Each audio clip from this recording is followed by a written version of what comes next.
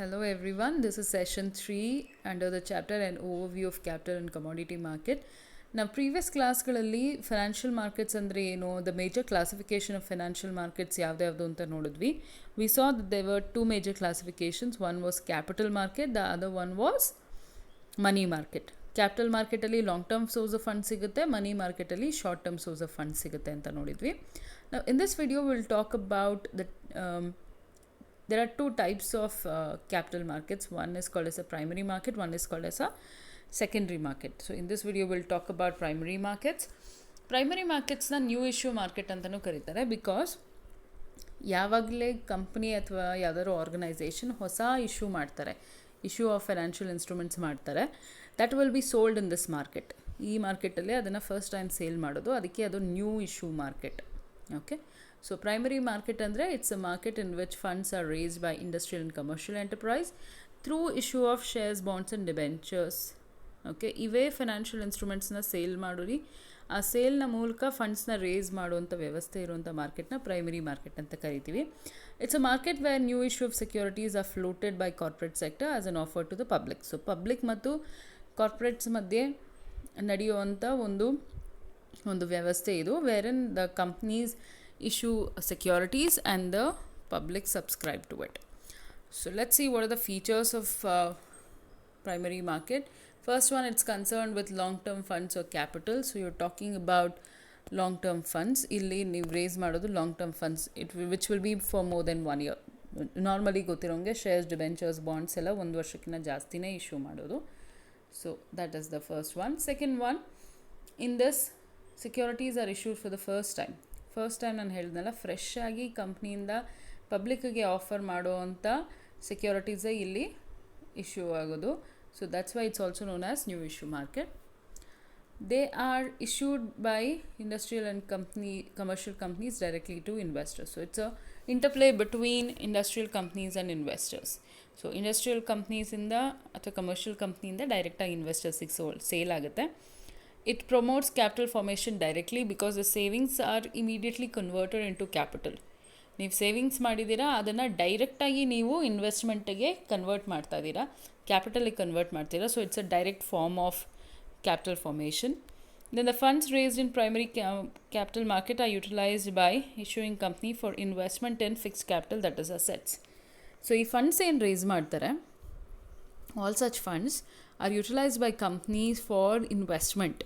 ಏನಲ್ಲಿ ಇನ್ವೆಸ್ಟ್ಮೆಂಟ್ ಮಾಡ್ತಾರೆ ಅಂದರೆ for fixed capital, usually assets, long term assets ಇರುತ್ತಲ್ಲ, machinery, plant, land and building, ಈ ರೀತಿಯಾದಂಥ ಲಾಂಗ್ ಟರ್ಮ್ ಅಸೆಟ್ಸ್ಗೆ ಇನ್ವೆಸ್ಟ್ಮೆಂಟ್ ಮಾಡಬೇಕಾದ್ರೆ usually it is done through or shares or debentures.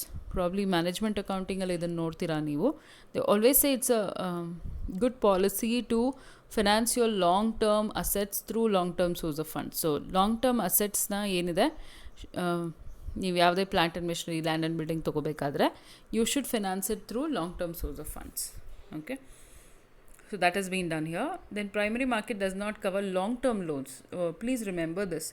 ನಾನು ಲಾಂಗ್ ಟರ್ಮ್ ಫಂಡ್ಸ್ ಅಂದಿದ ತಕ್ಷಣ ಎಲ್ಲ ರೀತಿಯಾದಂಥ ಲಾಂಗ್ ಟರ್ಮ್ ಫಂಡ್ಸು ಪ್ರೈಮರಿ ಮಾರ್ಕೆಟಲ್ಲಿ ಬರೋಲ್ಲ, ಅದು ಲಾಂಗ್ ಟರ್ಮ್ ಲೋನ್ಸ್ನ ಕವರ್ ಮಾಡೋದಿಲ್ಲ.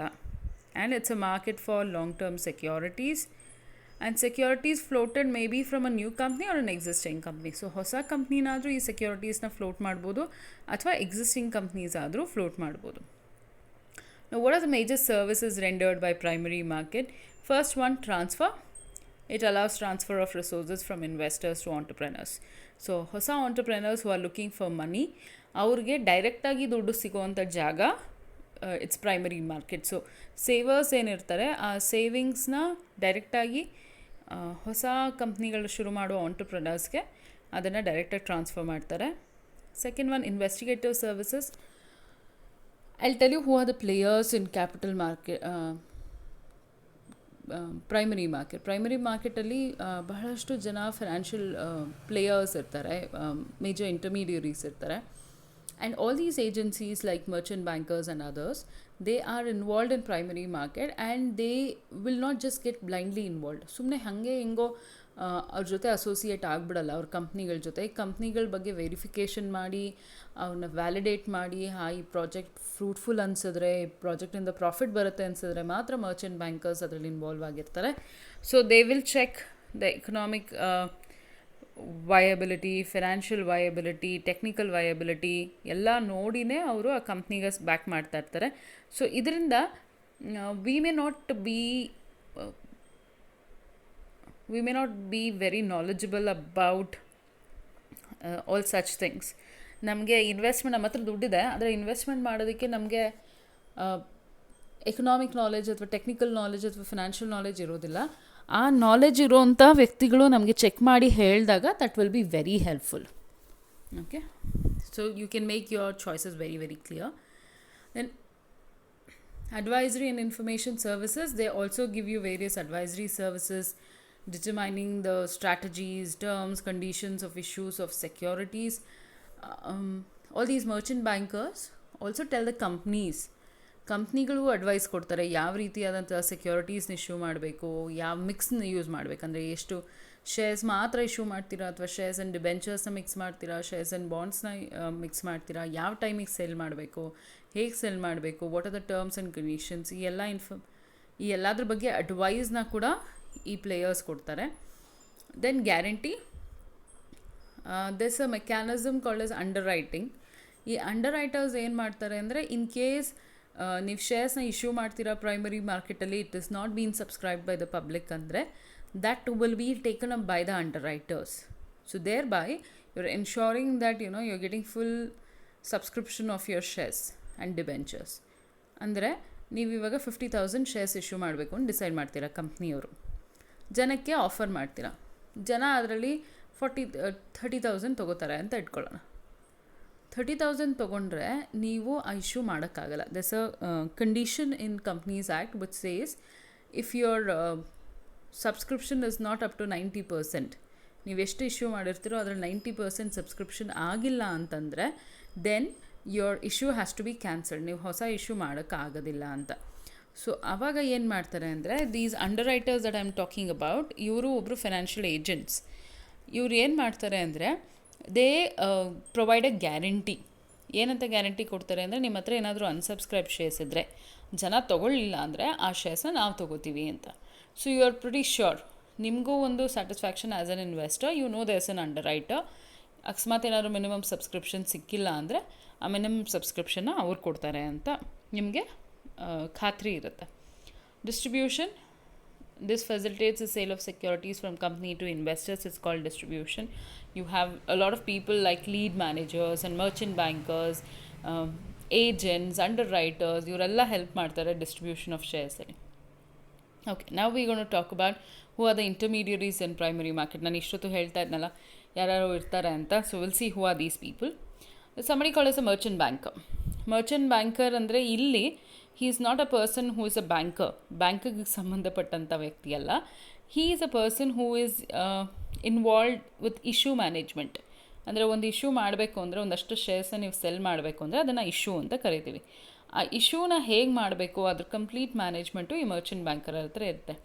he makes arrangement regarding selling, buying or subscribing to securities, acting as manager, consultant, advisor relating to such issue management.